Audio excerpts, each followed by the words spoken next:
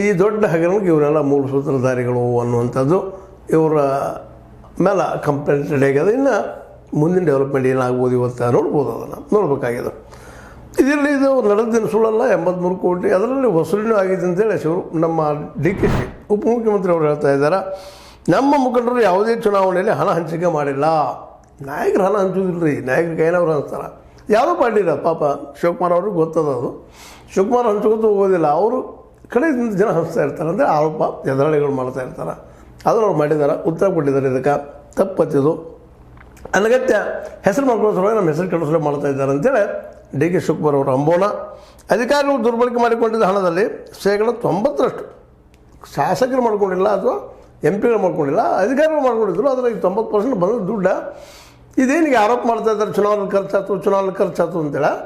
ಈಗ ಎಂತ ಅದನ್ನು ಆರೋಪ ದೆಹಲಿಯಲ್ಲಿ ಮಾಡಿ ಚುನಾವಣೆಗೆ ಹಾಕಿದ್ರಪ್ಪ ದುಡ್ಡು ಆಗಿದೆ ಅವ್ರ ಮನೆ ಅವ್ರಲ್ಲೆಲ್ಲೂ ಸಿಗದೇ ಇದ್ದಾಗ, ಅಲ್ಲಿ ಕೇಜ್ರಿವಾಲ್ದಾಗಿರ್ಬೋದು, ಇನ್ನೋಳದವ್ರದ್ದಾಗಿರ್ಬೋದು, ಅವ್ರ ಮನೆಯಲ್ಲಿ ಎಲ್ಲ ಶೋಧನೆ ಮಾಡಿದರೆ ಸಿಗಲಿಲ್ಲ.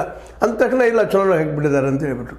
ಹಿಡಿಯೋ ಯಾವುದೋ ಒಂದು ಕಾರಣ ಹುಡುಕಬೇಕಾಗಿದೆ, ಬುದ್ಧಿವಂತರ ಲೋಕ ಯಾವುದೋ ಒಂದು ಕಾರಣ ಹೇಳಿದರು. ಅದೇ ರೀತಿ ಇಲ್ಲಿಯೂ ಚುನಾವಣೆ ಖರ್ಚು ಮಾಡಿದ್ದಾರೆ. ಚುನಾವಣೆಯಿಂದ ಖರ್ಚು ಆಗೇ ಆಗ್ತದೆ. ಪ್ರತಿಯೊಂದು ಪಕ್ಷದವರು ಮನೆ ದುಡ್ಡನ್ನು ಯಾರೂ ಹಾಕೋದಿಲ್ಲ. ಅವ್ರು ಹೊರಗಿನ ಒಂದು ದುಡ್ಡನ್ನು ಹೊರಗೆ ಬಳಸ್ತಾ ಇರ್ತಾರೆ.